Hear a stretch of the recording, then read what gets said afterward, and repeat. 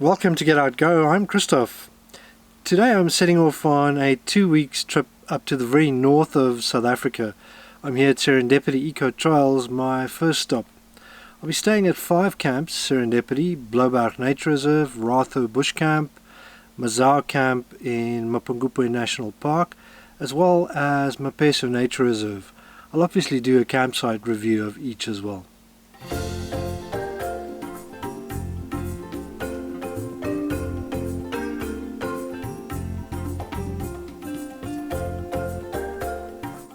I'm staying at the bush camp tonight and at the river camp on my way back. Bundu camp is reserved for large groups, but I'll include that in the review. I also wanted to do the 4x4 trail today, but was advised not to do so alone. I thought I'd give that a skip considering the 400 rands an hour recovery fee. I also think it's a little cheeky charging 250 rands per vehicle whether you do the trail or not. But I was here just as a stopover and to check out the bush camp. I would have a fairly major snag here on my way back though, but we'll leave that to the end of the video. 7 o'clock, all packed up and ready to go, off to Blauberg Nature Reserve. Donkey was a bit problematic last night, so I had a bit of a cold shower. If you didn't know, donkey is local slang for a fire water heater. This would be one of many donkeys on this trip, but fortunately the only bad one.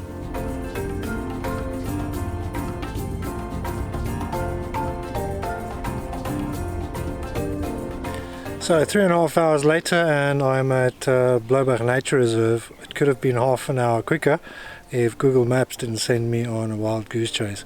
I suggest, regardless of what device you're using, put in the GPS coordinates rather than the place name. I used a combination of Garmin with Tracks for Africa and Google Maps on this trip. Blauberg Nature Reserve turned out to be the surprise of this trip, and I was sorry at the end I couldn't stay longer. The hides and waterholes are great. If I had more time, I'm sure I would have had some really nice sightings. Animals on the reserve include leopard, cheetah, hyena, buffalo and many different buck species. The Mapungubwe camp has 5 beautiful unfenced sites between 20 and 40 meters apart from each other. Most of them have full day shade with some sunspots for your solar panels.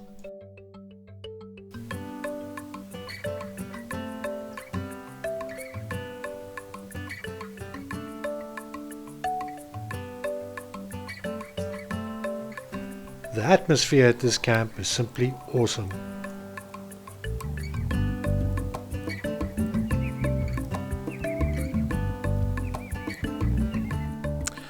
I quite enjoyed my stay at the Mapungubwe camp here in Blauberg. I'll definitely be back. It's a great stopover, but I'd like to see more of the reserve.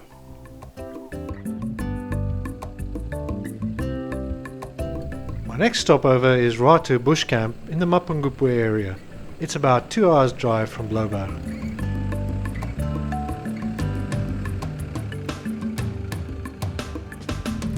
Welcome to Ratho Bush Camp. Fairly okay drive aside from all the potholes. Stop for fuel at all days. Incidentally, if you want fuel in the Mapungubwe area, it's either all days or Messina, which is around 70 to 80 kilometers away. The potholes in this area are no joke, so please drive really carefully. Ratho Bush Camps has a 4x4 campsite on the banks of the Limpopo. It's a great stopover camp for overlanders from or to Botswana, as it's right next to the Pondrift border post. The camp is unfenced, so be careful of crocodiles, hippo, elephant and even lions and hyenas. This is a nice camp for a stopover or as a base camp to explore the rest of the area.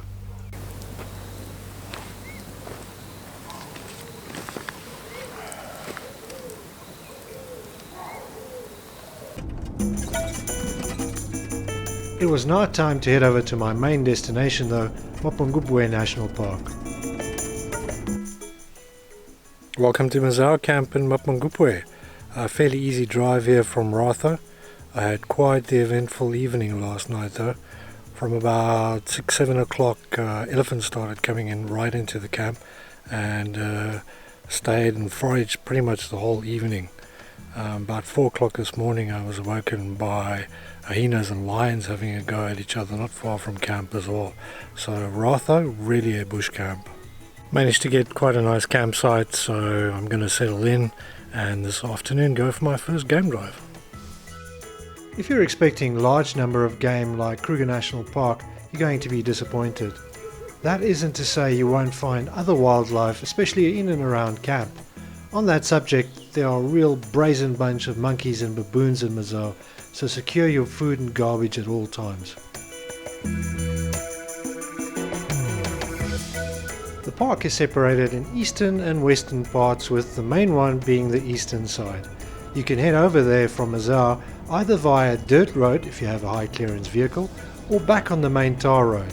More about this in the campsite review.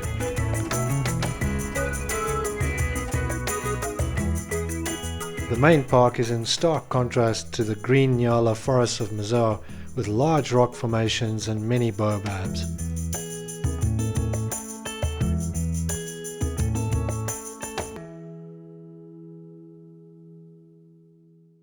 Day 7 of my trip, so about halfway in, and I'm taking a lazy day. Just realised I've been filming and driving straight with no brakes.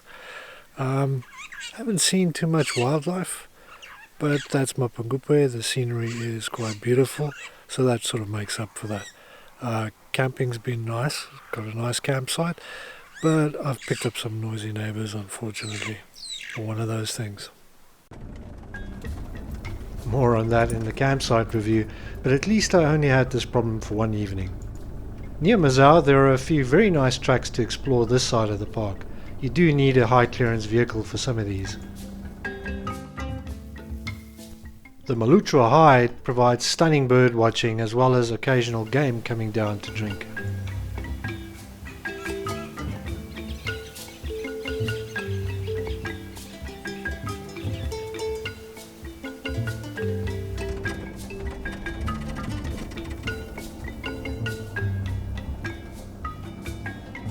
It was time to leave behind Mogar for my next camp, Mapeso.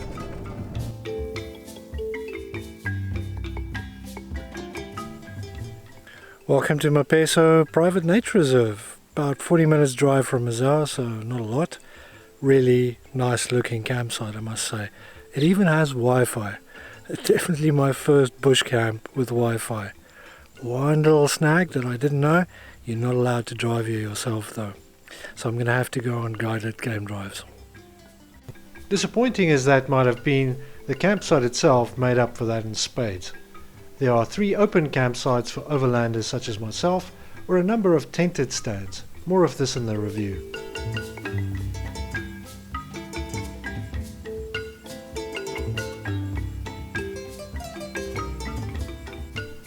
I think I had the best seat in the house though.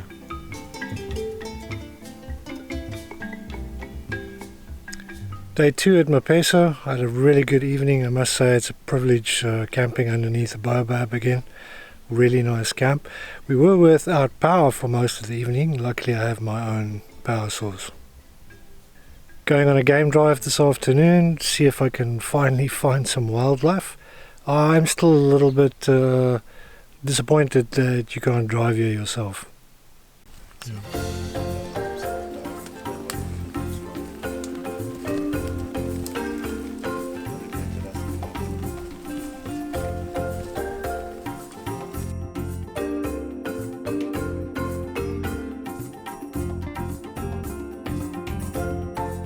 Good morning.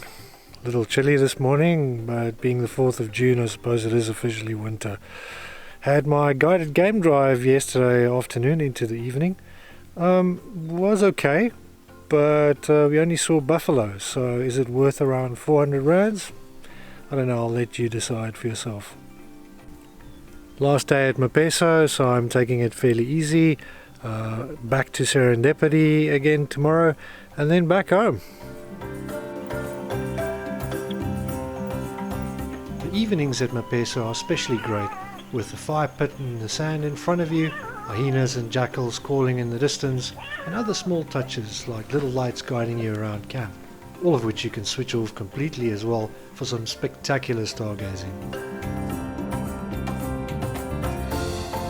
Okay, so all the excitement at the very end, it seems like.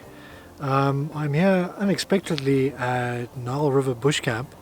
I was supposed to be at Serendipity's river camp, but when I arrived there the place was just a mess and there was no electricity as I was promised there would be. Now I do have a solar system, but it's late in the afternoon, so that's not going to help me. So yeah, that wasn't great. Ken Smith, who I met at the Mogar camp interestingly enough, offered to put me up for the night. This was a nice turnaround to what would have otherwise been an unpleasant end to a great trip. Although the far north of South Africa is often only considered a stopover for many overlanders heading to Botswana or Zimbabwe, I think it can be a destination by itself. I've enjoyed all these camps and I think so will you, whether it's for a stopover or for a camping holiday. I'll include links in this video to all the actual campsite review as I release them. Thanks for watching. Please like and subscribe. Until next time, get out there.